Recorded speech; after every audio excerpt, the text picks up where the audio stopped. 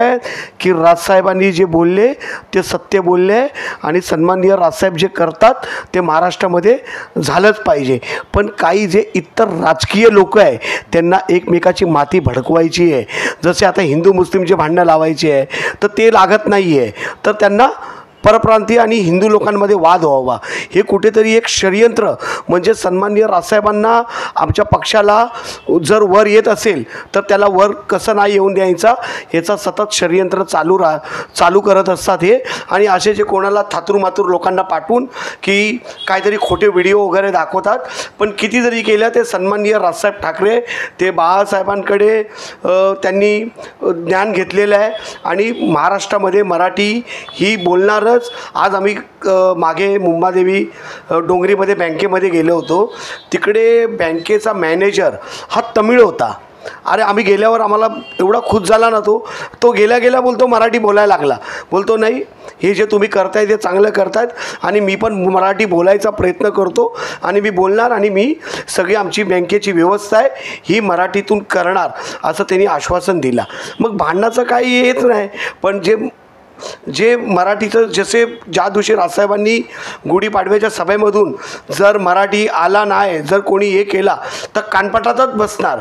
तर हे इतर पक्षाला एक त्यांच्या पायातून जमीन सरकली आहे. कारण त्यांना माहिती आहे, कारण ते सत्तेवर बसले आहे. सत्तेवर बसून पण ते मराठीचा आग्रह धरून पण कोण मराठी मानत नाही आहे आणि ते कोणाला करत पण नाही आहे. त्यांना फक्त मोठे मोठे ब्रिज हे ते बांधण्यात पडलं, त्याच्यामध्ये इथं काही रस नाही आहे. आणि सन्माननीय राजसाहेबांनी मागच्या खासदारकीमध्ये मराठीचा अभिजात दर्जा हे करून घेतलेला आहे आणि त्याला मान्यता दिलीच पाहिजे. जावा ना तुम्ही, केरळाला जावा, कर्नाटकला जावा, गुजरातला जावा, तिकडे बोलून दाखवा की आम्ही इथे मराठीतच बोलणार. कर्नाटकमध्ये बोलून दाखवा. नाही तुम्हाला फाडून तिथून पाठवलं तर मला बोला. माझा विषय हा आहे की जे तुम्ही बोललात एकदम परफेक्ट. त्यामध्ये मराठी भाषेवर त्यांनी एवढंच म्हटलेलं की जेव्हा चित्र समोर येतात ना तर तेव्हा त्याचं म्हणणं एवढं होतं की ते फक्त परप्रांतीय हिंदू का दिसतात आणि परप्रांतीय मुसलमानांना मारताना का दिसत नाही. मुसलमानांना कशाला मारायचं बुगट? नाही मुसलमानांना जे मराठी जर बोलत असतात सर्वांनी बोलावं, जे आधीपासून राहतात ते लहानाचे मोठे ते झाले, त्यांना कधी विचारताना दिसलं नाही की बाबा तुम्ही का नाही मारत? म्हणजे मला कळलं नाही तुमचं. मी हे प्रश्न त्यांनाही विचारतो. हा प्रश्न बरेच लोक विचारत असतात. माझं म्हणणं आहे की कुठच्या मुस्लिमांमध्ये तुम्ही द्वेष पसरवण्यासाठी हा जर वाद निर्माण करण्याचा प्रयत्न करत असाल तर ह्या भावनेतनं तुम्ही एक व्हिडिओ आणून दाखवा मला की माझ्या इकडे कोण असा अरेरावीपणा करतो. महाराष्ट्र नवनिर्माण सेना तिकडे पण चौप देणार, त्याला पण कानपाड फुटणार.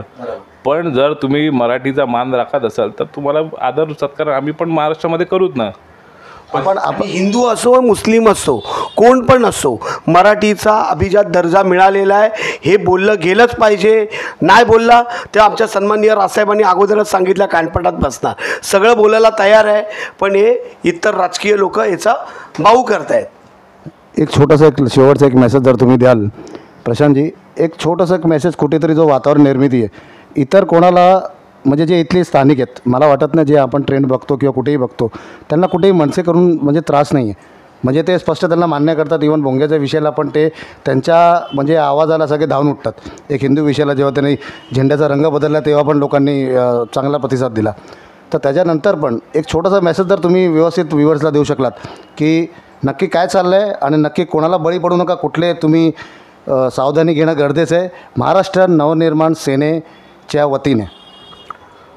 मी तुमच्या सर्व व्ह्युअर्स आता जे बघतायत आपल्या माध्यमातून मी त्यांना एक आव्हान करीन की या महाराष्ट्रामध्ये या मुंबईमध्ये जे मराठीच्या बाबतीत आपल्याला अभिजात दर्जा जो मिळालेला आहे तो केंद्राकडनं मिळाल्यानंतर आपण मराठी म्हणून आपलं पण कर्तव्य तितकंच आहे की आपण आपल्यासोबतचे इतर जे सोबत असणारे आपले शेजारी असतील, आपले मित्रवर्ग असतील त्यांच्याबरोबर मराठी बोलणं, मराठी भाषा टिकवणं हे खूप गरजेचं आहे.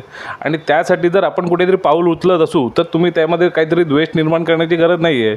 उलटं आपुलकीने सर्वांनी एक मिळून आपण एक मराठीला संवर्धन करू. मराठी भाषा कशी टिकेल, कशी जपली जाईल याबद्दल आम्ही अनेक कार्यक्रम मुंबादेवीमध्ये राबवत असतो. मराठी भाषेचे आपण निबंध लेखन स्पर्धा वगैरे घेत असतो. या सर्व आम्हाला पण प्रतिसाद खूप चांगला येतो आहे. त्यामुळे ह्याच्यावर राजकारण कोण बघत असेल तर त्यावेळी त्यांना आम्ही मनसे पद्धतीने उत्तर पण द्यायला तयार आहोत. खूप खूप धन्यवाद आपल्या सर्व पाहुण्यांचे. आणि महाराष्ट्र ही तशी पण संतांची भूमी आहे. मराठी तुकारामाच्या मुखाने निघालेली आहे, संत ज्ञानेश्वरी लिहिलेली आहे. त्यामुळे मराठी कुठेही कमी लेखण्यासारखी नक्कीच नाही आहे. तर मी इथे थोडा विराम घेतो. नक्कीच भेटू आपण पुढच्या एपिसोड. जय महाराष्ट्र.